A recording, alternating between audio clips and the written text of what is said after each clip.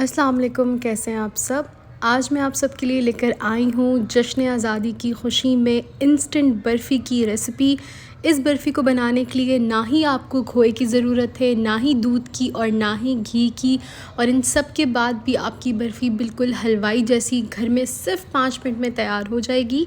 तो चलिए बर्फ़ी बनाना स्टार्ट करते हैं। बर्फ़ी बनाने के लिए एक ब्लेंडर में मैं शामिल कर दूँगी 1 कप खोपरा, डेसिकेटेड खोपरा है ये। साथ ही इसमें शामिल कर दूंगी 5 अदद बादाम, 5 से 6 अदद काजू। साथ ही इसमें शामिल करेंगे 1 से 2 चुटकी इलायची पाउडर, और इन तमाम चीज़ों को अच्छी तरह से ब्लेंड कर लेंगे और इसका एक पाउडर बना लेंगे। जब पाउडर बन जाएगा फिर इसमें शामिल करेंगे 1 कप मिल्क पाउडर, आप किसी भी ब्रांड का ले सकते हैं। साथ ही इसमें जाएगा 1/3 कप चीनी। चीनी की क्वांटिटी आप अपने हिसाब से कम या ज़्यादा कर सकते हैं, मगर बर्फ़ी में नॉर्मल मीठा ही अच्छा लगता है, तो ये क्वांटिटी बिल्कुल परफेक्ट है।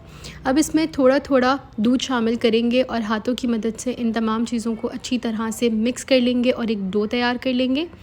आपने बहुत ज़्यादा दूध शामिल नहीं करना क्योंकि चीनी भी अपना पानी छोड़ती है। तो देखें, मैंने डो तैयार कर ली है। बिल्कुल इस तरह आपकी भी डो होनी चाहिए, ना ज़्यादा हार्ड और ना ही ज़्यादा नरम, बिल्कुल मीडियम कंसिस्टेंसी वाली डो।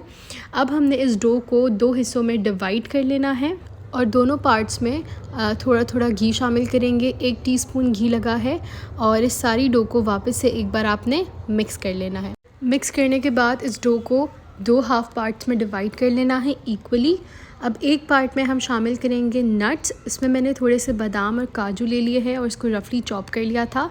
एक पार्ट में ये शामिल करेंगे और दूसरे पार्ट में हम ग्रीन फूड कलर शामिल करेंगे 1/4 टीस्पून। ग्रीन फूड कलर इसलिए शामिल कर रहे हैं क्योंकि हम पाकिस्तान के फ़्लैग वाली बर्फ़ी बना रहे हैं, तो वो अच्छा लगेगा। फिर हमने कंटेनर लेना है और उसके ऊपर बटर पेपर बिछा देना है, और एक पार्ट में हमने वाइट वाला पार्ट रखना है और दूसरे पार्ट में हमने ग्रीन वाला पार्ट रखना है। और मैंने ये स्पून ले ली थी और इस स्पून को मैंने घी से ग्रीस कर लिया था, देसी घी से।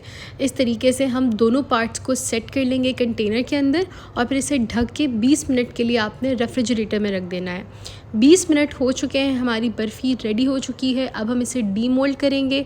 डीमोल्ड करने के बाद आपने अपनी मर्ज़ी से इसको जैसे डेकोरेट करना है आप कर सकते हैं, लेकिन मैं इसको गार्निश करूँगी खोपरे से।